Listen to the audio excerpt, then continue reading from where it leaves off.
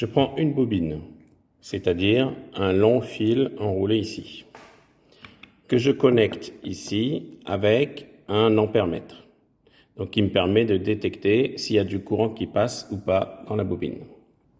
Donc là, il n'y a pas de courant dans la bobine. Je prends un aimant maintenant et je vais rapprocher l'aimant de la bobine. Quand je rapproche l'aimant de la bobine, on voit qu'il apparaît un courant. Par contre, dès que l'aimant ne bouge plus, il n'y a plus de courant. Quand je retire l'aimant de la bobine, je recrée un courant dans l'autre sens. Donc en m'approchant, je crée un courant dans un sens. En reculant, je crée un courant dans l'autre sens. Je peux donc créer un courant alternatif en faisant ça.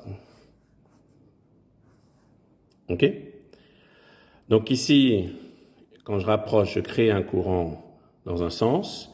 Si jamais je retourne mon aimant, que je fais la même chose, je me rapproche, je crée un courant dans l'autre sens. Et quand je retire, je crée aussi dans le sens opposé. Donc avec un aimant et une bobine, je peux créer un courant. Il suffit ici, par exemple, de faire tourner cet aimant pour créer un courant alternatif, puisque j'alterne les phases qui s'approchent et celles qui reculent. Et là, j'ai créé un courant alternatif. C'est le principe de l'alternateur avec un aimant et une bobine.